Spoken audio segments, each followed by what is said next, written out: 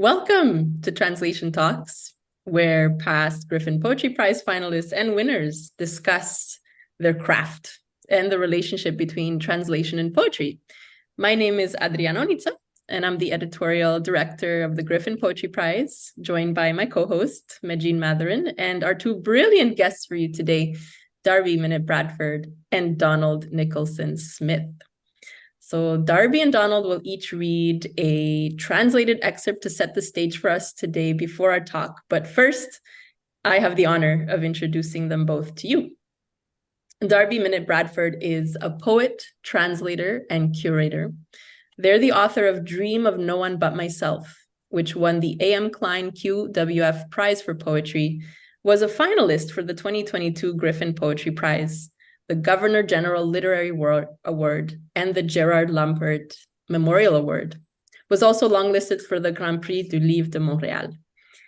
Darby's first translation, House Within a House, by Nicholas Dawson, received the VMI Betsy Warland Between Genres Award and the John Glassco Translation Prize, and was also shortlisted for the Governor General Literary Awards for French to English translation.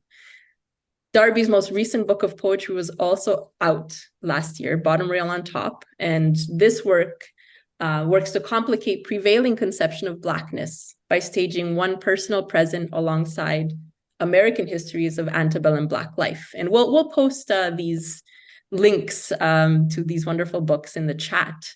Darby currently lives and works in Tio'tia, or Montréal, on the unceded territory of the Mohawk Nation.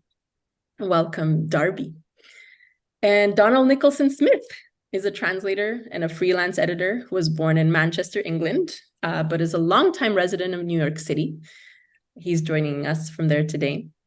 His translations include works by Thierry Jonquet, Guy Debord, Paco Ignacio Taibo II, Henri Lefebvre, Guillaume Apollinaire, Raoul Vaneigem, Antonine Artaud, Yasmina Kadra with Alison Waters, Jean-Patrick Manchette, and Serge P. Lots of people he's translated, and we're excited to hear more. His en face translation of Abdelatif Labi's In Praise of Defeat, including self-selected poems from the Moroccan author and dissident's long career, was a finalist for the Griffin Poetry Prize in 2017. And for all of this amazing work, Nicholson-Smith has been dubbed Chevalier des Arts et des Lettres in recognition for his incredible service to French literature and translation. So welcome to you both. I invite you, Darby, to start off our event by reading an excerpt of a translation, followed by Donald. I'm going to read a short sequence from Bottom Rail on Top, and then I'm going to read one prose poem from House Within a House, the Nicholas Dawson translation. This is called Deus Hos. The book kind of goes back and forth between the present and this unearthing of historical materials. So this is in the present. Not a poem, but my studious pain is so dark and romantic. Not a poem, but so hot and angelic, taking me out on the town in my Tasmanian teal down endowment. My very own Patagonian fill is the absolute warmest kindling of guilt. Not a poem, but oh so loftily, where I might live a long time while pretty, ashamed, and jobless. Not a poem, but passing more roughage than a water closet, and this holy commode that still don't fray. Calls the buildup architectonic, calls this strain a shift. Not a poem, but a savor and severance I might never be done fucking with. And then from the Nicholas Dawson book. The living room, I say, room of books and glass, sala abierta al mundo, an empty room. Dia tras dia, appalled, I fear its pains and comforts. The living room, I repeat, guerrero. I make my way to it crawling, first on my stomach, then on my back. If at least the parquet became water, the ceiling a sky I could drift along. Pero mi maldita cabeza banks into the teepee. I'd like it, I repeat, if the living room caved in on me. Nothing moves, nothing collapses, ni siquiera mi cráneo now smushed against the screen. The living room, a cruel stillness, its light spread over its unoccupied surfaces, its ceremonial Bibles, its reflections and images, its chassis, statues, and gravestones. The living room, waiting room, remainder. Nocturno, dia tras dia, this is where I give up. The sala de estar empties my head and covers it in dust. Thank you. Beautiful. Thank you so much, Darby. Donald. Yes, I'll just say a quick word about my author, who is Abdelatif Labi, a Moroccan, born pretty much around the same time as me, meaning in 1942. So we're both rather old guys. And he's had a long life as a leftist in Morocco, where he was born. He went to prison during the years of lead in Morocco, which were basically the 70s under Hassan II, where he was tortured and imprisoned for most of the decade. Eventually, he got out of Morocco and took up residence in France. He's a Francophone poet because he grew up in Morocco under the French protectorate, and a lifelong opponent of the status quo in that country. So I'm not going to read more of either part of his prison poems, which are very important, great prison poems, but he doesn't really belong to the so-called genre of prison poetry. That's important to realize. That's only part of his story. The one I'm going to read from is a little bit more recent, from I think from maybe about 20 years ago, something like that. It's called My Dear Double, and it brings out his very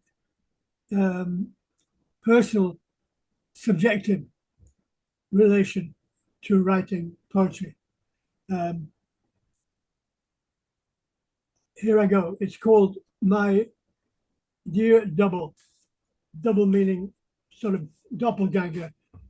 A personage with whom he's in internal conversation, as he described in the poem. My double, an old acquaintance whom I visit with moderation. He is a shameless fellow who plays on my shyness and has the knack of profiting from my distractedness.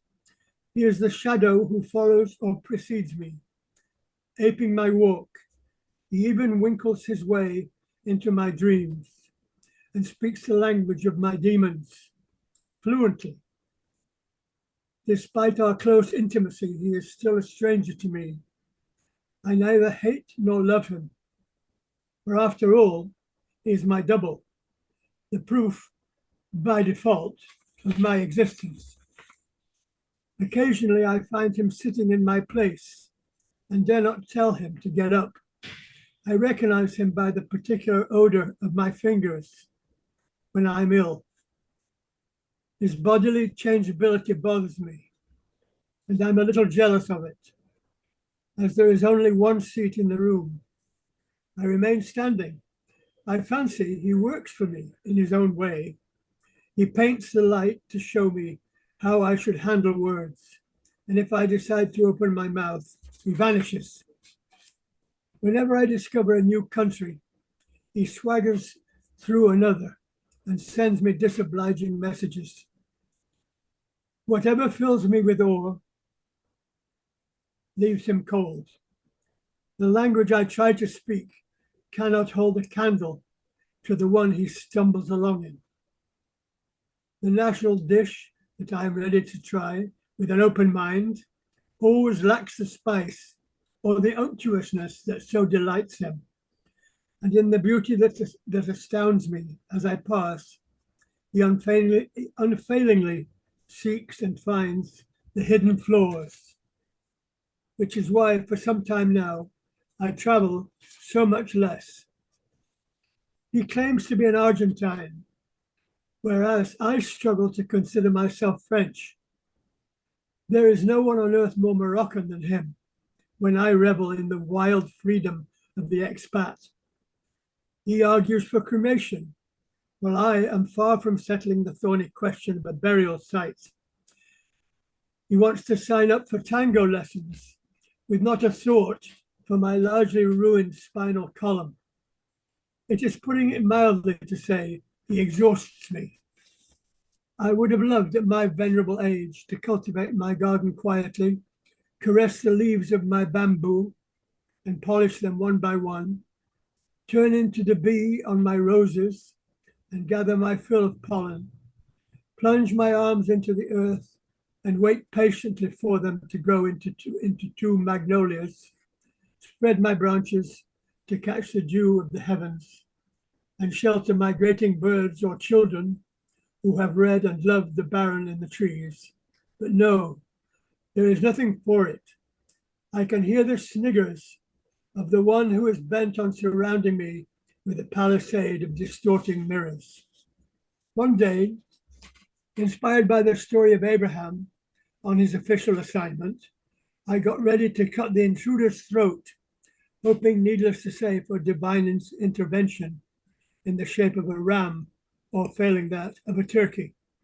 Seeing no such thing, and at my wit's end, I resolved to turn my weapon upon myself. But what weapon?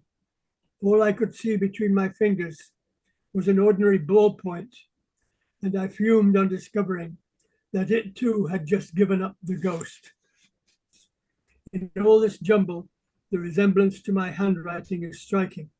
I recognize my mania for noting date and place.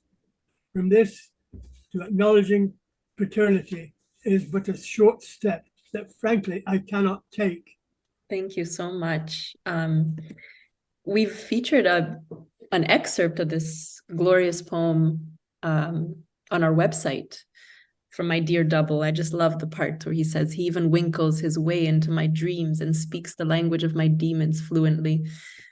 Gorgeous. Thank you for sharing that beautiful excerpt with us. So this is such a special pairing today. Darby and Donald, we have two incredibly talented authors, one at the cusp of what I'm sure will be a prolific poetry and translation career, and one who has decades under his belt, carrying over monumental works of poetry and psychoanalysis as well, social critique, noir fiction, literary criticism from French to English. So Donald, I'm curious to ask about what initially drew you to the field of translation and what has kept you going throughout all these decades and genres and authors. And I'm sure it wasn't that first French teacher you had telling you that you would never speak a foreign language at age 7. Well, the first part of your question, how did I get involved in it? Yes. It was a way of not getting a 9-to-5 job. It meant I had a certain portability. And since I was, I had a mild wanderlust at the time, this would be about 1970, it gave me a chance to travel and to have at least some kind of minimal income while I was doing so. That was how I got into it. And after that, it was really the same reason. I still didn't want to, even when I settled down, relatively speaking, I still didn't want a 9-to-5 job. I didn't want to be on the factory floor. I didn't want to be, in some office. And so I started doing this kind of freelance editorial and work and translation, which I had really grown to really adore. I really adore translation. I mean, it's really pleasurable for me. Mm-hmm. So that was my impulse. And I just kept doing it for a long time. I had to do bread and butter work, which wasn't always what I would have chosen to do.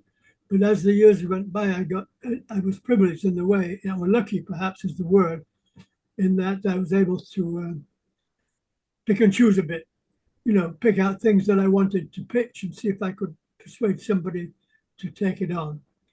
And that's true of all or most freelance translators. They spend a lot of unpaid time pitching various ideas that they have and generally failing to persuade anybody to pay them to translate them. So that became, eventually I stopped doing just regular freelancing editorial work, and I was able to do just translation. And then after a while, I could do translations that I really wanted to do. So that's been the story in brief. Thank you so much. It's been fascinating to read about everything you have done, from translating The Situation International to your obsession with noir fiction and getting that work out there. So thanks for giving us more of a glimpse into what's kept you going. And Darby, you've already won awards for your first ever translation of Désormais Ma Demeure, a fascinating hybrid collection by Nicholas Dawson. And what's great about this collection, how it blends photos and prose poems and lyric poems and essays. And it actually won, Dawson, the Grand Prix du Livre de Montréal. So I wanted to know, how did you first encounter the work of Nicholas Dawson, and what compelled you to want to translate this specific collection as your first ever for English-speaking readers to enjoy? Sure. I mean, I guess the getting to translate it, there was an element of circumstance and luck and all that, like there is for a lot of writers that kind of stumble upon these moments, I think. I think first I came to Nicholas's work as a reader. I think it was a book that kind of jumped out at me and was, I think, maybe an early encounter with me just kind of feeling my way through Quebec literature and trying to get a feel for what was going on there at a time when it was very, I had been translating, kind of like Donald was saying, as a freelancer for a long time, but I hadn't gotten an opportunity to try my hand at literary translation really. And I was kind of just feeling my way through the scene to try to figure out where the culture was and what was interesting there and what might interest me there. And Nicholas's book came to me that way. And very quickly I became quite interested in it. We had a chance to work together when I was still working at a literary festival doing curation on a couple of projects. So I could see that we had a rapport. And then the book was, I had already read the book by then. But coming back to it, there was something really about the voice that you kind of, I'm sure Donald can relate to this. You find yourself kind of like mentally translating it as you're reading. You're kind of like thinking like, oh, what would I do with this? What would I do with that? Oh, that would be nice. A little bit of a like, oh, there's some like no hands things for me to do here and there. There's some tricks that I could carry out and maybe land. And then Brick Books was interested in getting into translation. We had a good relationship on the editorial end of things, and they were interested in pursuing that with me. They had heard that I was interested in doing translation from one of their editors. And so they were like, well, if we were to go after this, what would you start with? And then I was like, well, there's this book. And it just happened to be the right moment. It was before the Grand Prix came along. Some people, I think, were already scrounging around a little bit interested in it, but it hadn't gotten picked up yet. I have to say, especially for people not in Canada, Canada's a different situation for translation. It's heavily subsidized. And so books like Nicholas's, especially once they start racking up the prizes, don't tend to stick around long before they get translated, because there's a market for it, both on the editorial end and on the readership end. I think that's its own particular thing. So with Nicholas, I was lucky that the timing was right and the fit was right, and we were able to get after it pretty quickly. That's beautiful. You'll have to tell us more about your perceptions of Canlit literary translation situation. I also read an interview with you, an open book, where you talk about the book. You felt in conversation with it. It's a text you wanted to build a deeper relationship with, and that you said translation was the ideal opportunity for that to happen, both on the page and with Nicholas. So can you tell us more about the relationship you built with the book and with the author himself via translation? Absolutely.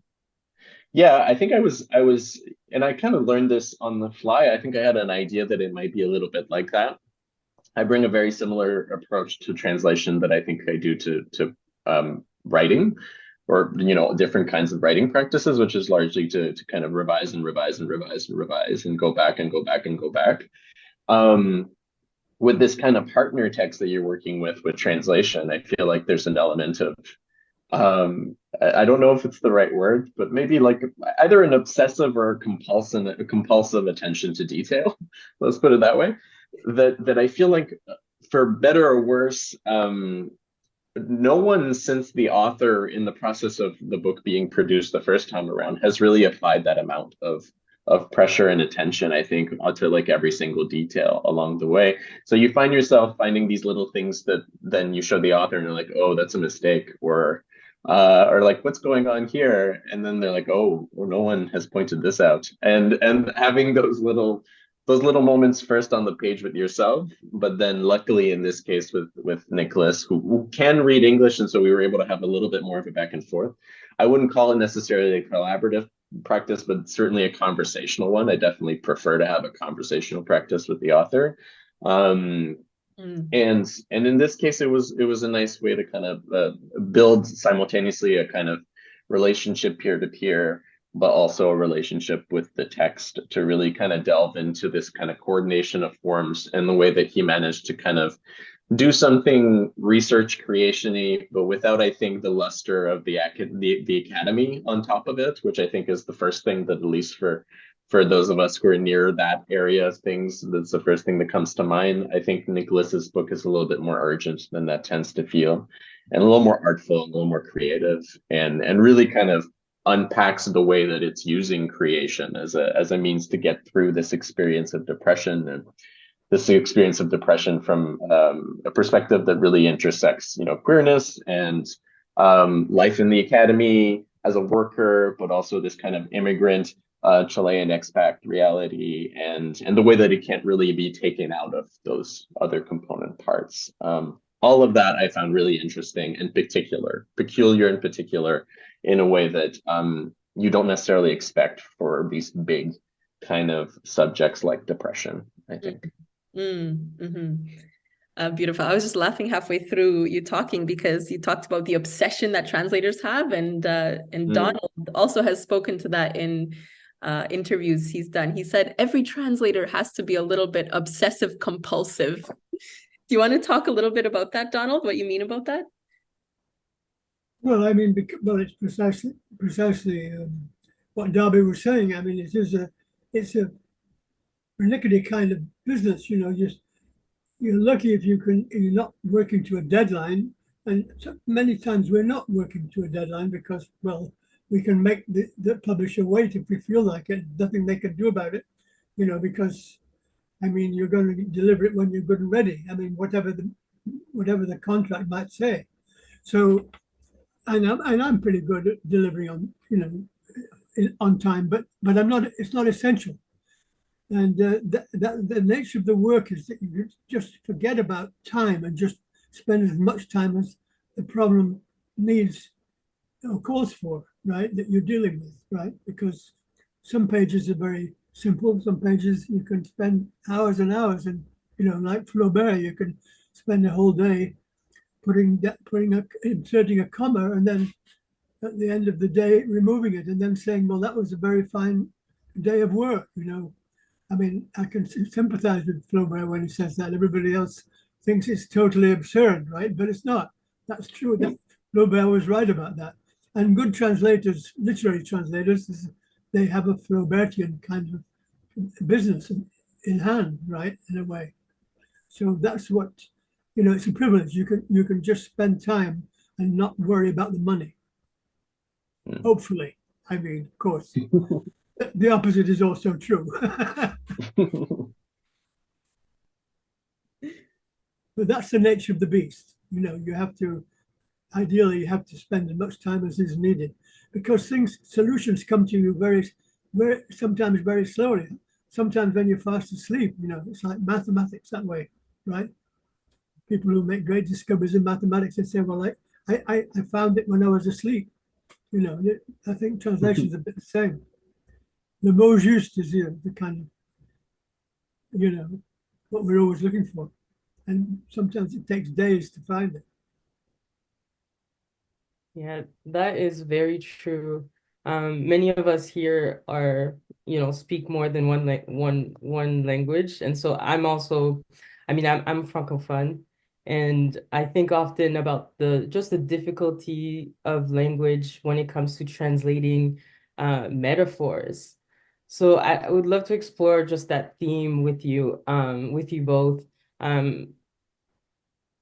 The metaphors that you use to anchor yourself in the translation process, or to view your role as the translator in moving a text from one language into another. Darby, in the translator's note at the end of House Within a House, you say, this translation feels like a hook and stitch, a game of darns and sergers to work away at the seam of something new, yet absolutely hidden, indebted and dependent on the integrity of Nicholas Dawson's weaving, which I found really fascinating. So could you tell us more about what you mean? Yeah, I mean, I think I'm attracted, and I think, and I don't know if Donald can relate to this. I think anyone who's attracted to translating poetry in particular, has taken a couple of extra steps in that obsessive direction, maybe.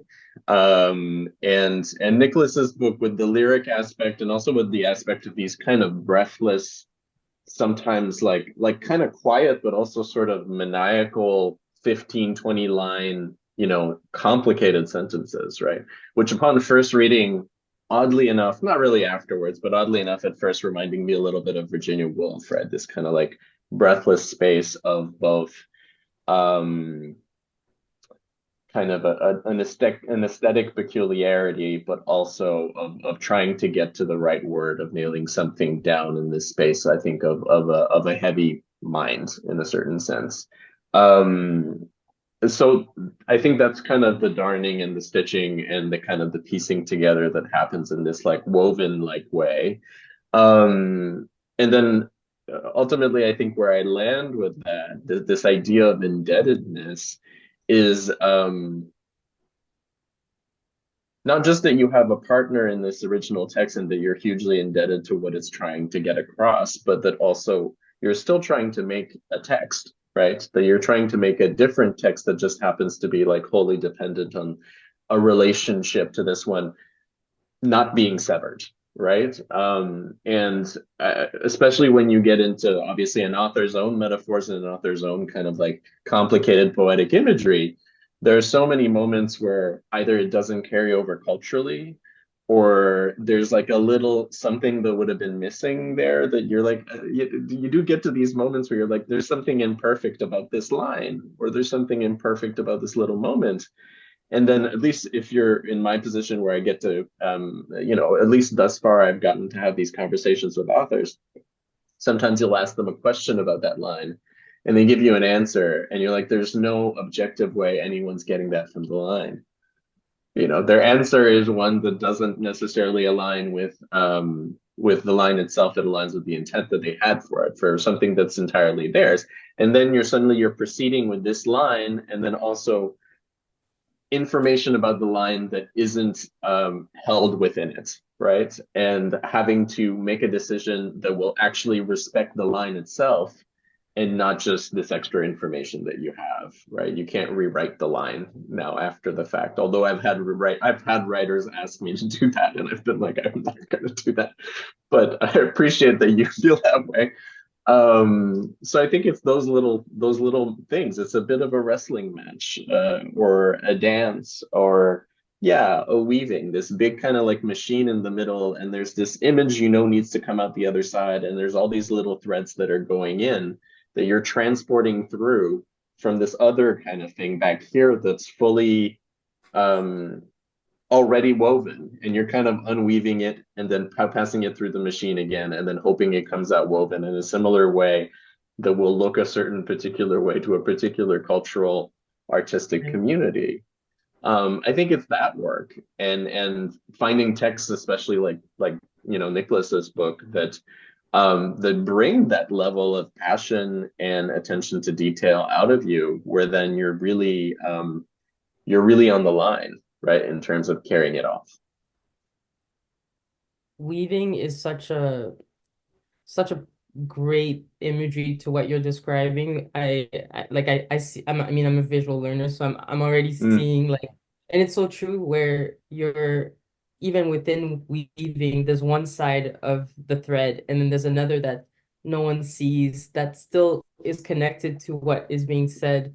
And yeah, you captured that And in really. this, of course, and in a strange way, I think that bit that Donald was saying, which I think is really prescient, about how slowly a solution comes to you, right? Particularly with these complex, beautiful moments or these difficult moments in the text, how slowly they come to you. In a way, that kind of like understory of the weave is that slowness of the process, I think, that kind of labor that needs to be included, right? In a certain sense.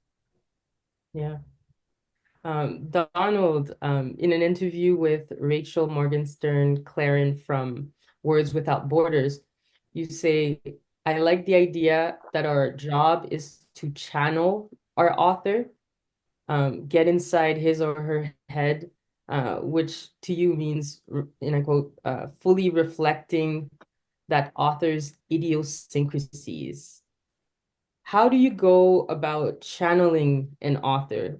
For example, how did you channel the Moroccan poet Abdelatif Labi to create the landmark translation in Praise of Defeat?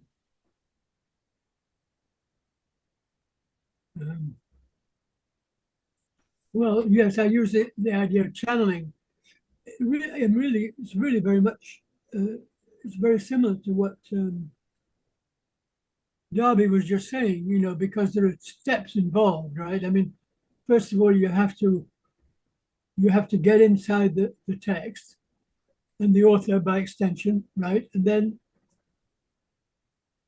it's only later that you move away from it. Then when you start writing your own text, and it is your own, you're not really it's not a matter of mirroring the author. It's a matter of sort of recycling the author in a way.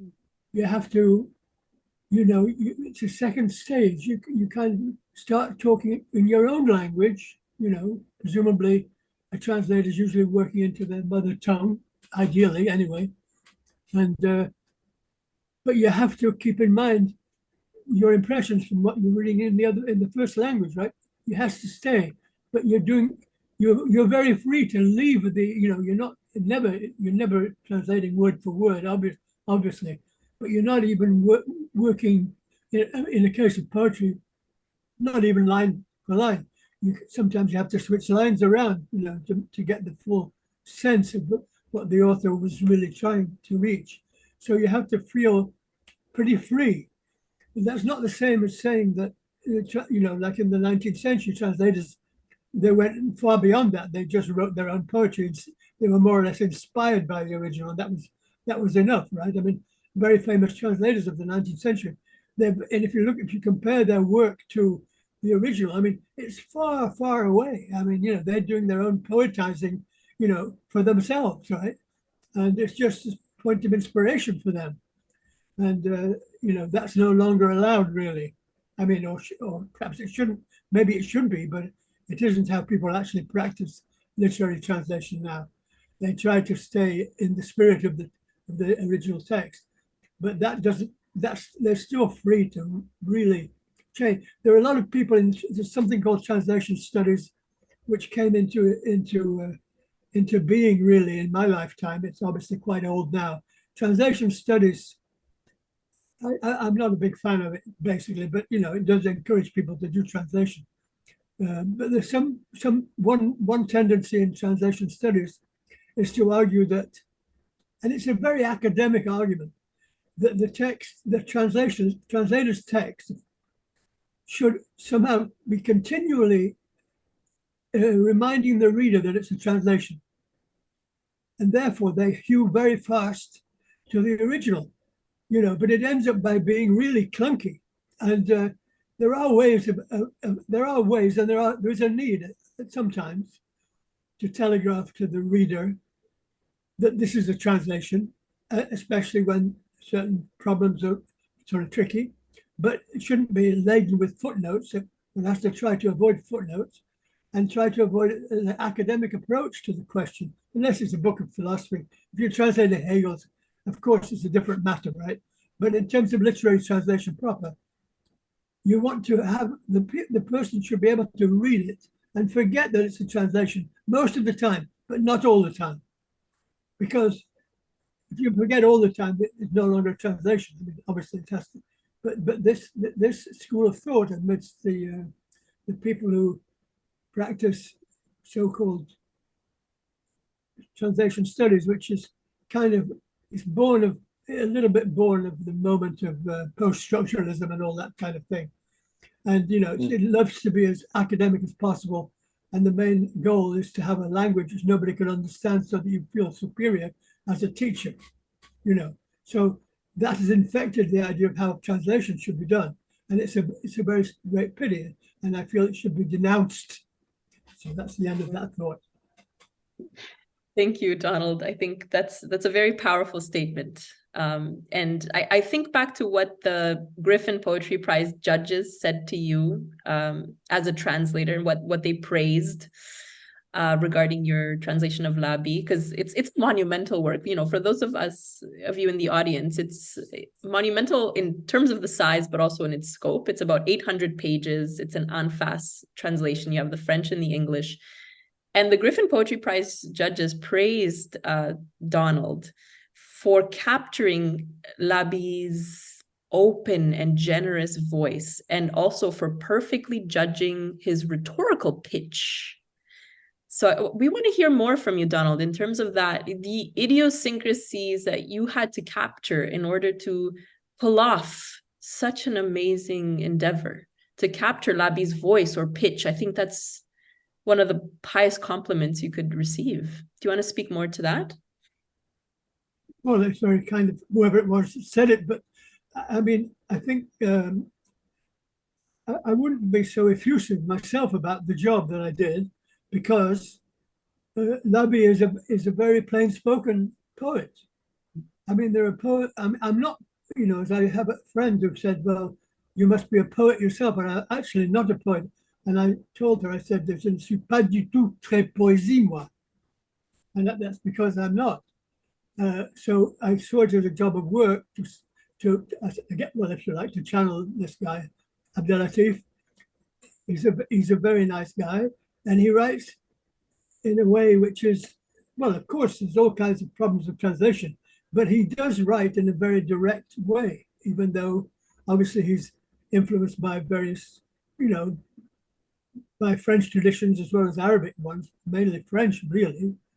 But there's a certain amount of symbolism and so forth in the French manner, but not mostly. I mean, and you could compare it to the thing I'm going to read from Apollinaire, who was more of a symbolist as well as a surrealist, or whatever that means exactly. But Labi is much more direct, and I don't think there's any great, there are very rare, it's pretty rare to finish translating one of his, or some of his poetry. And I've translated some of his prose as well. There's not too much mystery. There's beauty maybe, but there's not mystery. There's not things that can be read 25 different ways. Interesting, very interesting. Yeah.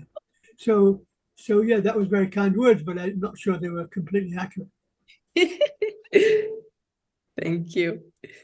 And Darby, could you tell us more about the idiosyncrasies that you had to reflect from Dawson's original text? Because you were working with that hybrid collection, one that switches frequently between, Spanish and French in the original, and moves between many, many genres.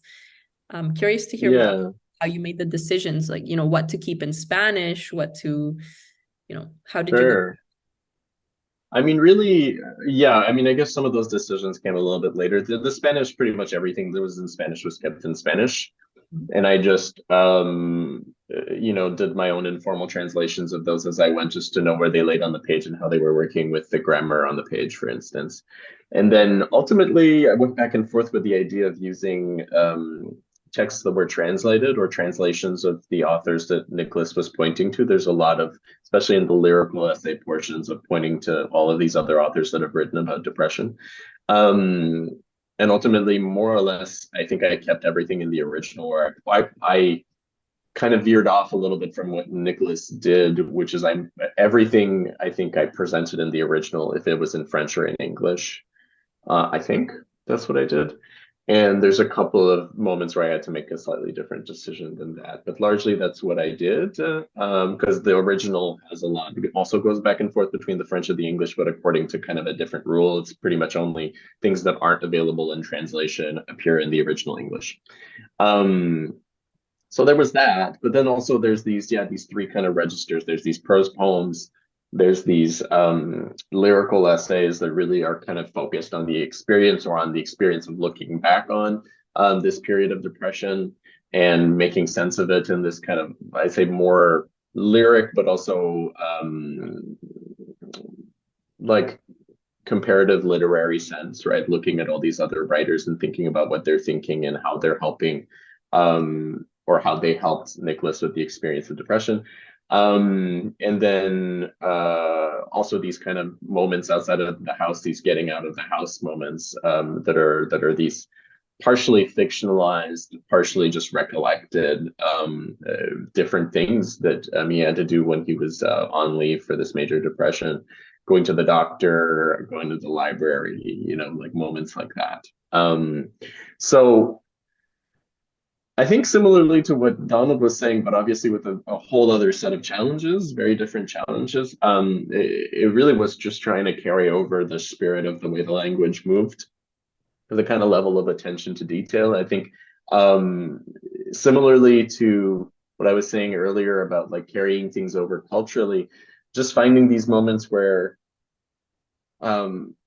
you find yourself, and especially as a person that was raised in a bilingual household, right? There's all kinds of things that are familiar to me in a way that they're not to people that aren't bilingual in a similar way, where like certain words in French, for instance, can't think of one off the top of my head, but I can tell there's like a word that's similar in English, but it means something completely different. Or there's a word that's even nearly like homophonic in English, but it means something slightly different.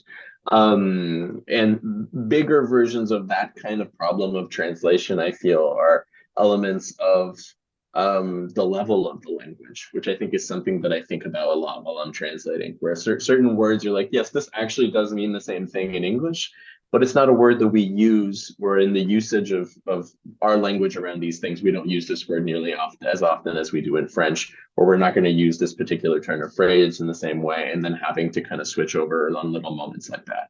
Basically be like, how can I carry these things over into this other cultural space and find the equivalent level of language for these kinds of erudite things on that side of the aisle. So there was a lot of that, and trying to like stick with the kind of quietness of his voice. Like I said, it's an oddly verbose, but also kind of like low pitched voice, I find, and finding my words for that, which frankly ended up being a very different kind of lexicon than what I use in my own work, right? It's a very different kind of series of strategies, I guess, than what I would deploy. So it was interesting to enter that voice on that level and find my grounding in that, and then carry it through, or attempt to. Well, that was my next question to you. Has translating Dawson's book influenced your own hybrid poetry? And would you have been a different poet had you never translated this book?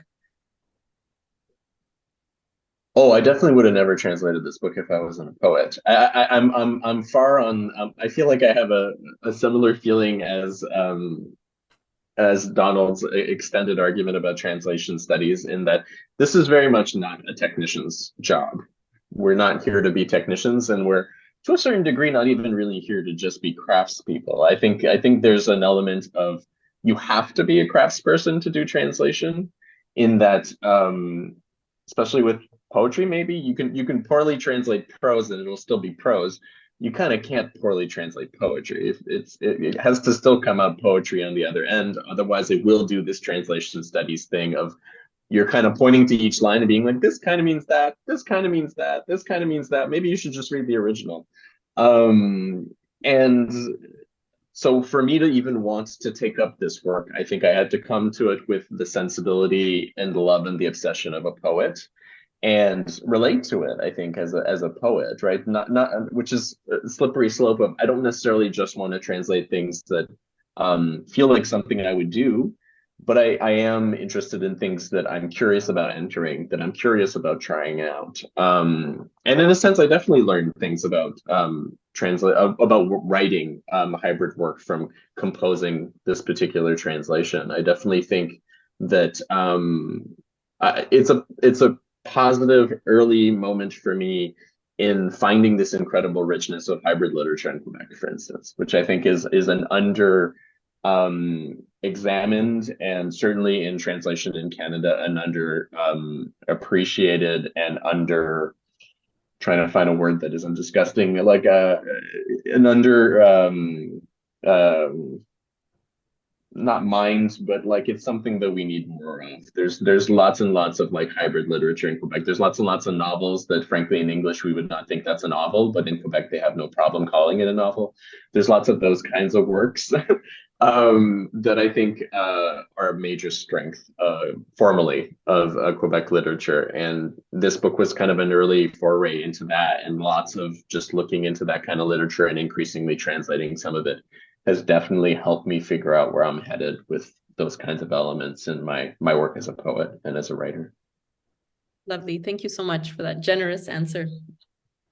Yeah.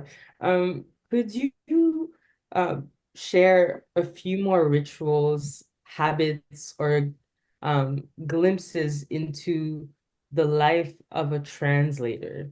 Maybe Donald, you could start, and then following by Darby. I don't have to offer any glimpses into my life. They would be too boring, actually. So I don't quite know. Are you talking about work habits, or what are you driving at? Yes. Yeah. Work habits. Well, I'm just totally disorganized, and I just work when I can, and I don't really. I'm ashamed to say that I'm exceedingly lazy. So I struggle a lot to actually get started, and there's always something more pressing to do than what I'm supposed to be doing. I mean, I'm sure a lot of people are like this. It does not specific to translators. I'm sure translators are as different as everybody else in general. Everybody's different, really. I don't think there is. You can't really generalize, and I'm afraid that's rather a feeble answer to your question. But I am a Capricorn, and Capricorns are notoriously anal retentive. And I said in that passage that you mentioned, that interview that you mentioned, that somewhere every translator has to be a little bit anal retentive or obsessive compulsive or whatever the current term is for this kind of being very, very meticulous, etc. And I think they do have to be like that, at least in some part of their personality. But frankly, it's only a small part of I admit that I have it, but I don't think it's really defining of my personality. So it's a functional neurosis, because it means that it helps me to translate because that's what's needed for translation. But it is really my character type in general. Most people are very surprised. If I were to say that I was obsessive compulsive, they would say, "Yeah, you're just joshing. This is you're just lying through your teeth.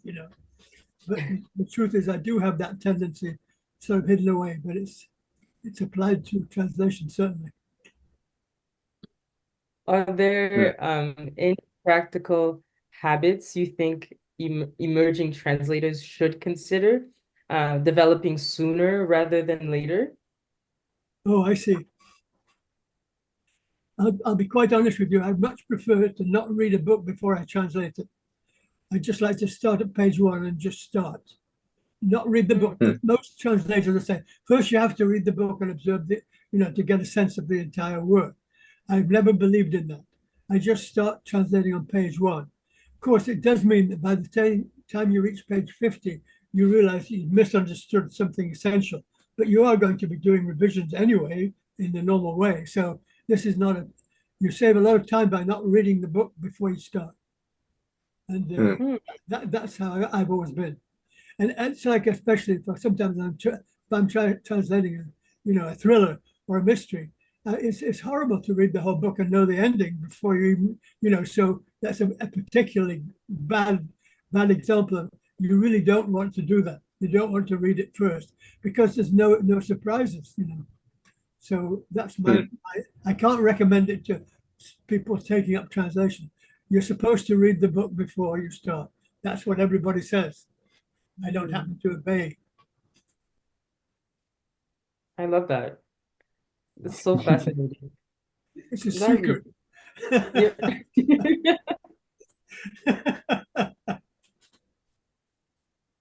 Shocking. Darby,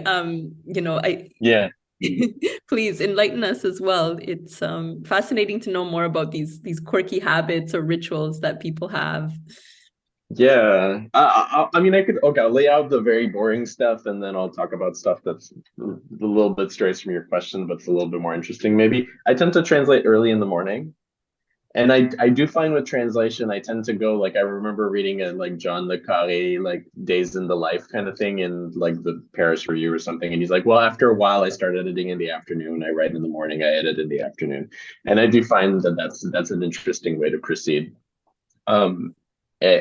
And I've done quite a bit of that on the last translation that I'm finishing up now, and I'm just going to start editing in the next few weeks with my editor. But early morning is good. Get your pages out of the way, get your word count or whatever you're working on out of the way. And often what I'll do is after I'll also kind of just start at page 1, work my way forward, and maybe once I've gotten a few pieces in, then I start going back and editing as I go. I'll revise what I did, let's say the last like 3, 4, 5 pages or something like that before I get to the new page, right? And I find that works for me, and that's kind of it's a linear way that I can't and do not work as a poet, right? And so it's kind of a nice little guilty pleasure to be able to do that as a translator. I am interested in Donald's idea of starting on page 1 and not reading the thing at all, and saving how much time you would save that way. Because I have read accounts of like how much, I remember very much enjoying Kate Briggs's This Little Art, and she talks a lot about like just like extensive reading before starting a project in some cases, whether hers or like anecdotally other translators.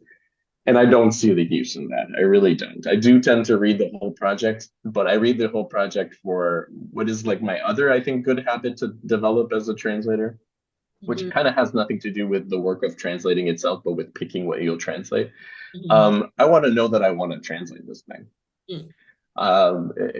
Especially for me, coming to this as a writer first and then a translator later, let's say, not second, but later. I'm coming to this annoyingly particular about literature, and there's lots of books that sometimes people come to me, like editors will come to me with and be like, do you think this is something you would want to translate? And often I'll be like, this is something that I think is worth translating. I have no desire to translate it at all, right? Because it's like we've been saying, it's an unreasonable amount of work, right? There's a reason I want to kind of return to some corporate translation. It's because it's easy money. It's shooting fish in a barrel in comparison, right? You're clearing $150, $250 an hour compared to like the pittance that you're managing with literary translation if you're doing it correctly, even though the rates are kind of similar, at least here in Canada. Ultimately, you're squeezing a lot less out of that 20-25 cents a word if you're doing literary translation than if you're doing, a corporate newsletter, right?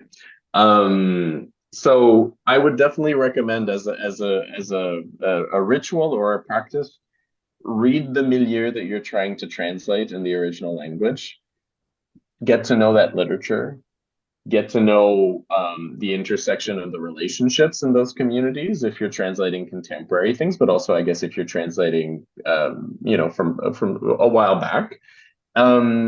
And pick things that you're going to be really passionate about translating, because it's going to be agonizing otherwise. That's fabulous. Thank you both for your answers. I have to say, I learned a lot from you, just even these practical tools I read in your interviews online. Darby, how you purchased that big monitor halfway through your translation to help with your neck and shoulder pain. And Donald, you talked about putting your dictionaries in another room altogether, which helps you get up and stretch your legs and actually get some exercise while translating. I found that fascinating too. So our last question here before we turn to audience questions, a couple of them I think we can do is, what's next for you both as translators and authors?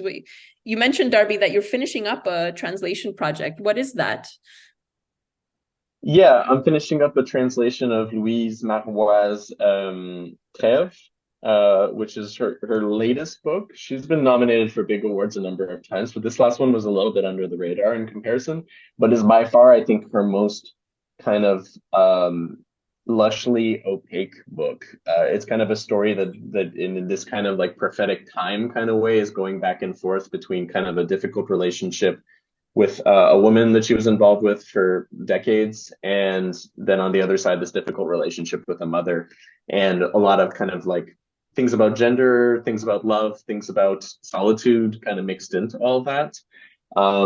It's this strange book it's kind of a number of like longish sequences with these little chunks. And then each page nearly has a footnote that is kind of in this just different kind of dreamy space, but is also kind of language that's a little bit more grounded and a little bit more direct.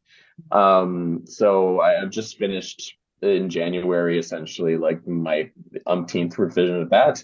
And then that I'm going to be working with Juana as Abasilikoi as an editor for that. So I will start that in March, but I think it's in a good place. And then the thing that I'll be translating next is Quand je ne dis rien, je pense encore, the Camille Riedman Prud'homme book, which was recognized by a number of prizes in the province here. It's this very strange, really slippery little book of prose fragments, like prose poetry fragments. And just I've translated a chunk of it already, but just it's this strange kind of prose where sometimes you're translating it and you're like, is this going to land at all? Because it's such a oddly simple little thing. I'm going to read a little excerpt from it later, but I found that if I just trust every line with all of my life, like if I hold on for dear life every single time and just do my absolute darndest, the poem will land its weird little magic and sing. It's a very special little book. So I'm really excited to finally get to that, probably like later this spring, early summer. Yeah. Fantastic. That sounds really enticing. And Donald, what are you working on now? Well, I've got a couple of things coming out, actually. The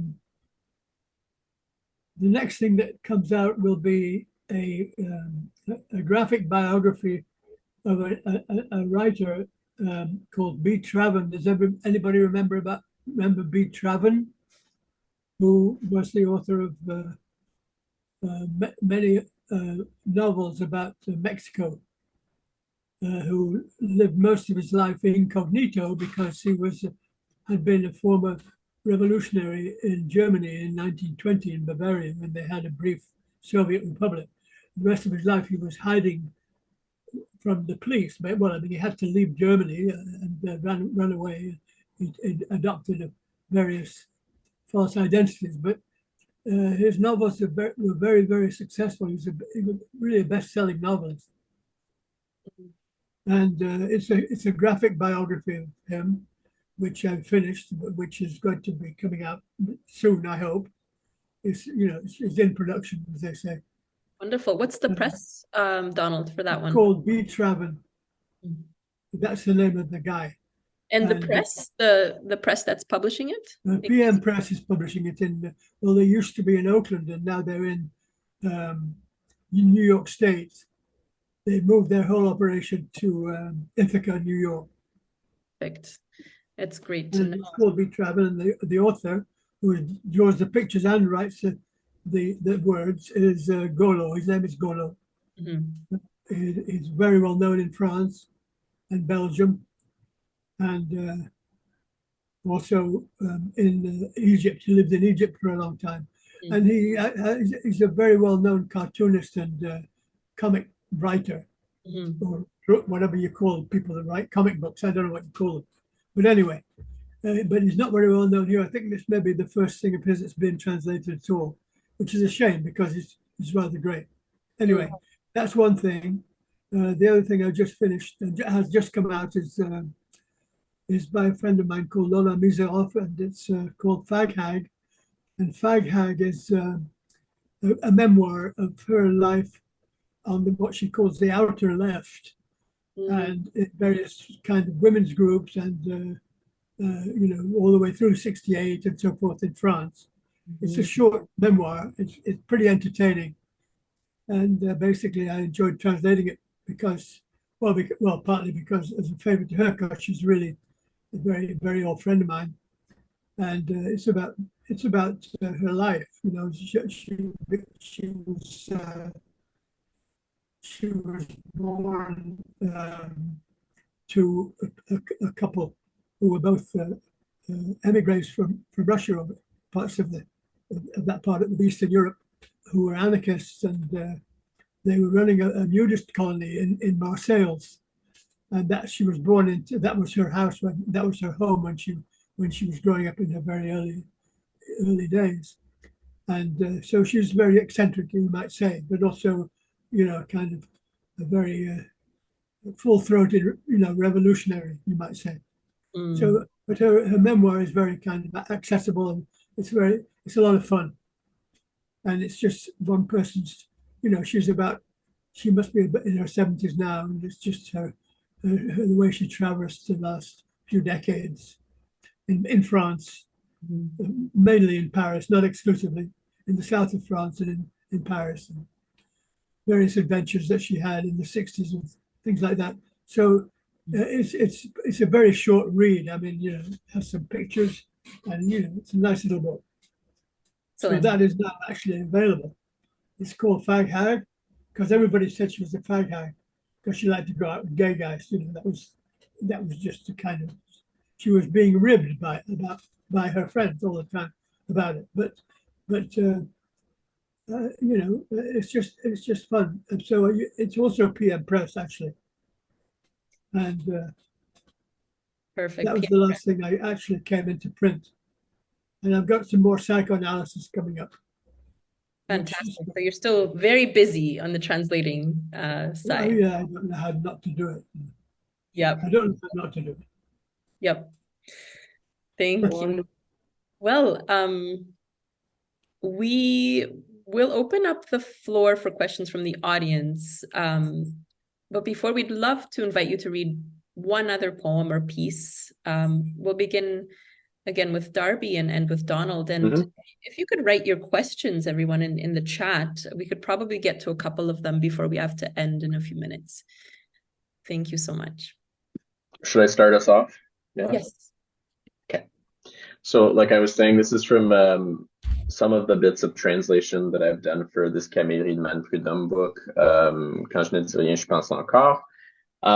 This is just like a little excerpt from the opening section, which working title, Sometimes I Break Myself Up.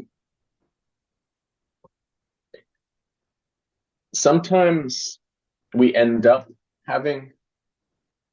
we have ideas or belongings we haven't chosen, but we hold on to them anyway.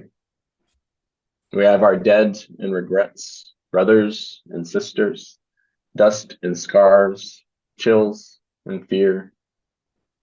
We have all kinds of objects cluttering up our houses. We have memories where nothing happens. We were waiting for the bus. We were sweeping the floor. We have troubles and oversights, habits and shames. We have a body and a name. I have a face I'd rather not have. What I hide, it shows. What I keep quiet, it betrays. I know people who seem collected when in panic and friendly even if bored. Their counterfeits are seamless. Their face matches the shape of what they're saying, whereas mine reveals me as a bad keeper of secrets. When I'm talking, there's a split in me. I'm in what I'm saying, but also in what gives me away. And often I seem to speak too late or from a secondary place. If I could choose who I am, I'd be a phone voice because I'd have the life of a fairy. I could talk to everyone without anyone seeing me. I'd be the tooth fairy because she lives life by night and secretly. I have sought out places where one could lose their face, and there I found a gloom, but also a voice, because sometimes it happens that as we begin the telling, we alter our image or upturn it, that we descend into what chips away at us and let slip a bit of what shuts us in. I've crossed paths with people to whom I did not speak, yet still I imagine them rising at dawn every day or making a mess of themselves as they eat. Anonymously, we became our secret faces and voices. I invented them a life as I sometimes do for houses. And even if we never know what we're up to in the stories that others make up, I've come to realize I've often been a proper young woman, because when people see me do such a thing as smoke, it startles them. Thanks. Thank you, Darby. Donald? Thank you for that, Darby. I'm going to just read a poem from a book that I translated some years ago called Letters to Madeleine, which are letters from Guillaume Apollinaire, who is written roughly in 1915 from the Western Front, basically in Champagne. And he's conducting a kind of epistolary courtship with a woman called Madeleine, who he met briefly just once on a train on his way to his barracks, on his way ultimately to the Western Front in the Great War.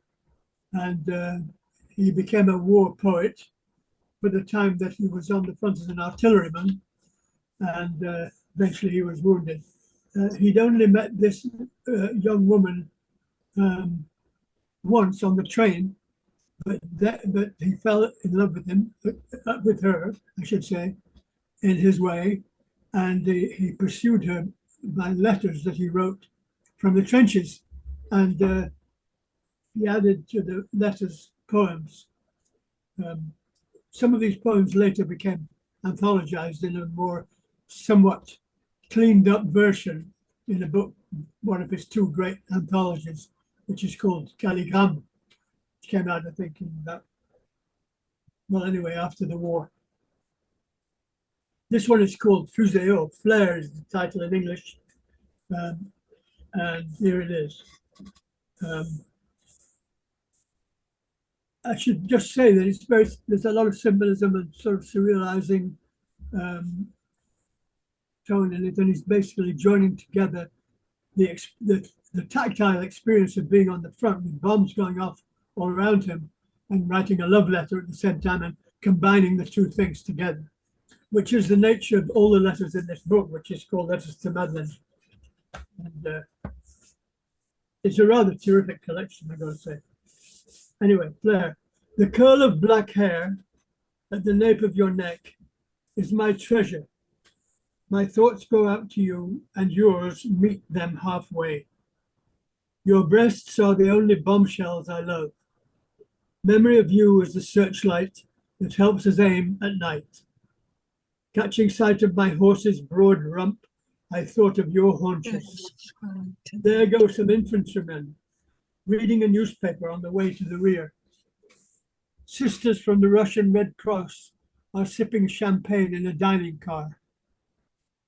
The stretcher bearer's dog comes back with a pipe in its muzzle. Modesty is flash-damping powder to our loving Madeleine. A tawny owl, buff-winged, yellow-eyed, kitten's little face and cat's paws. On the train between Veracruz and Mexico City, the soldiers of the escort leave their wagons along the way to fight, then climb back in and the train sets off again. A green mouse scampers off through the moss. Our love is one beneath the stars. I am proud of my manhood standing upright in honor of your beauty and our happiness. The rice has burnt in the field cookpot, which means we must be careful about a good many things. The megaphone bellows, lengthen the range. Lengthen the range, love, of your guns. Lengthen the range, bombard the African coast, where she is whom I want to see die, and die again, so as to live yet again. Die and die again of love, to experience yet more love. A stricken tree on a rise. The sound of tractors laboring up the valley. Oh, old 19th century world, full of tall chimneys, so beautiful and so pure. Manhoods of this century of ours. Oh, cannons, swinging of the heavy gun batteries, symbols of madness. Symbols is spelt C-Y-M-B-A-L-S, not symbols with S-Y. Madness of death, no, rather madness of love. Madness of love, and the village whose name is almost love. The village's name is Lampert. That village where you are waiting for me, Madeleine, whom I kiss on the mouth. And the poem is signed Guy, which is his name. That's beautiful. So Thank you. I chose this one because it's one where he uses a lot of seemingly unrelated ideas, and it struck me that, and maybe Darby will correct me, but this is more near to his conception of what poetry is than what Laby's poetry is. But maybe I'm wrong about that. Do you have an answer for that, Darby? I don't know that I have a conception of poetry per se, but I do agree that the kind of poetry that I'm drawn to, let's say, is engaged in this, I think, in the drama of trying to be understood and the drama of knowing that you won't be, right? The drama of understanding that language is inherently lossy and that that's what you're playing with every time you open your mouth. But that's the performance that's at hand, you know, and I feel like that text definitely exemplifies parts of that. Yeah. Beautiful. Thank you both for your final readings. And we do have one question that we can end the translation talks with from Ilana Wolf. Do you subscribe to the idea that translations become obsolete and that new generations of readers require new, updated translations? Donald, what do you think? Well, I think I believe in let 1,000 translations bloom, basically. Time obviously affects translations in different ways, and some translations are hopelessly dated in the target language, in English, for example. So that, yes, you could say that things became obsolete. It's a very strong word, you know. I mean, if you think about the way in which people consider that the first translator of Proust is now out of date, it's offensive to people who grew up reading Proust in English in an amazing translation, which of course is out of date because it was done a very long time ago. But everybody loves to say it's out of, people love to say things are out of date. It's a way of not having to confront the fact of why they're out of date, which is interesting in itself, right? Yeah. So it's just to feel good about the fact we can toss it away. That's not good. We should preserve everything. Mm-hmm. Yeah, I feel very similarly. It's like readers who only have respect for older stuff or newer stuff, but not both, or aren't quite interested in both. They're perfectly morbid valid reasons to be interested in old things, not just ones that are based in holding them up to the light with a certain kind of value. And I agree with that's particularly true maybe with translation. They become these interesting artifacts of a cultural series of codes and tendencies and fashions of the time. And you know, I don't want to bring it up again, but like again, Briggs goes into this with Thomas Mann's first translator, who was kind of raked through the coals a few years ago by a couple of essayists about some of her inaccuracies and some of her choices, let's say. And really, it was a very successful translation. It brought Thomas Mann to the English world in a major way. There's all kinds of things about it that are very culturally and historically interesting. And like Donald was saying, lots of people read Thomas Mann that way.